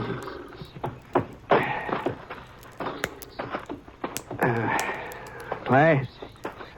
Come on, Clay. Huh? Oh. Yeah. All right, you ready to get back to the ranch? I can't. Well, you'll have to come back sooner or later, even if you don't stay, even if it's just to get your things. They know it was me that whipped that pony, don't they? When I ran off, that cinched it. Yeah, that cinched it. I had to whip him, Mr. Ponset. I had to. You did, huh? I didn't know it would make him meaner. I thought if I beat him good, he'd be scared of me afterwards, and he'd let me ride him. I thought he'd be scared of me the way I was scared of him. You don't know much about horses, do you, son? I know plenty. That's why I hate him. Oh? It was a horse that killed my pa. Oh, I see. We were visiting my Uncle Jack out in the country, and Pa was taking me for a horseback ride. I wasn't more than 3 years old, but he wanted me to get used to riding. And the horse threw us. Mom was watching from the front porch. She let out a scream.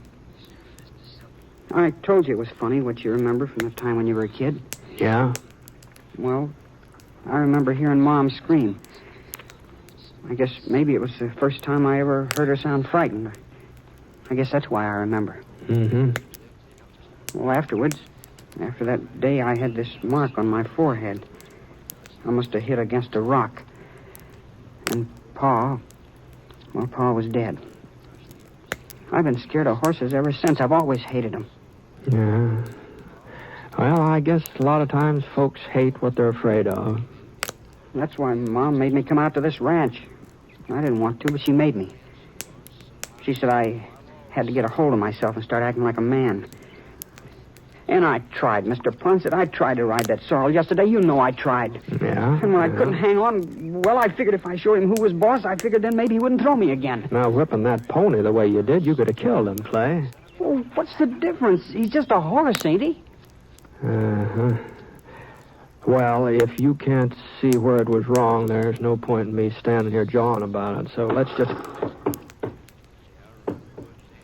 Clay. What? Yes, sir. Don't move. No matter what happens, just don't move. What? Now do what I say. Just keep sitting the way you are. What's the matter? There's a rattlesnake edging toward your belly. Now go on. Go on. Keep on talking. Just keep on talking like nothing's the matter. Don't try to look at him. Just go on talking. I can't. No, there's no reason to get scared yet now. He may shove off by you and never notice you. Just keep on talking. Keep on talking now. I can feel him on my leg. Oh, you're imagining that, Clay. He's not even touching you. Can't you kill him, Mr. Ponset? If he starts to strike, maybe I can get off a shot. But he isn't striking yet. Now, sometimes rattlers go on about their business and don't strike now, so you just keep sitting there.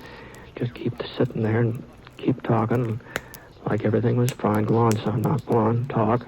Go on. Clay did his best, but his voice sure didn't sound very strong or confident. Not that I blamed him. He was in a tough spot, and the worst of it was I just couldn't risk shooting. The snake was right between us. As long as he stayed there firing, I'd be sure to get a bullet into Clay. The rattler would just move off a foot or so, maybe. He was getting nervous now. The tip of his tail jiggled the rattles back and forth. I inched my gun out of the holster, but I still couldn't fire. And the snake started to coil, and the rattle sounded even louder. And his head swung up, and his beady eyes seemed to pop out, and he was less than a foot away from Clay's arm, and he was ready to strike if Clay had just so much as twitched. For a second, that rattler just hung in midair. And then he twisted, and he whipped toward Scar. And Scar reared, got out of the way. I could get off a shot now, but I didn't have to. Scar's hooves were saving me the trouble. They came down again and again and again until the rattler's body was half buried in the ground. And then Scar backed off, and the snake gave a flip of his tail, but the rattlers were broken. And there wasn't any sound.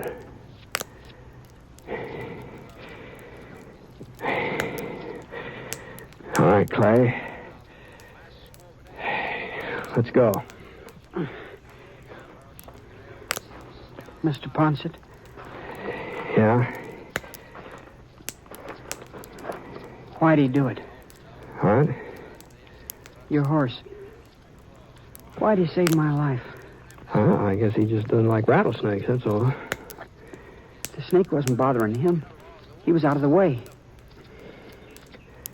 What's his name, Mr. Ponset?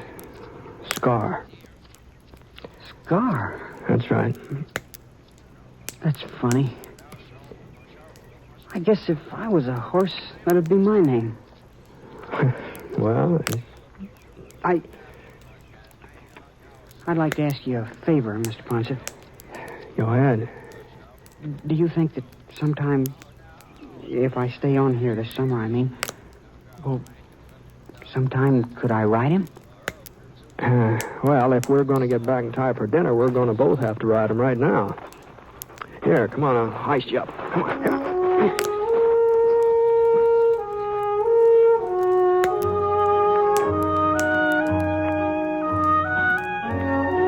It wasn't easy for Clay the next few weeks, especially since Saul Poindexter said if Clay was going to stay on, he'd have to look after that sorrel. Pretty smart old man, Saul. Took time, lots of time. Lots of time for that pony to even let Clay come near him. But before long, the two of them were galloping all over the ranch from early morning till past supper. I guess maybe that apron-faced sorrel forgot the whipping Clay had given him. But I don't think Clay forgot it.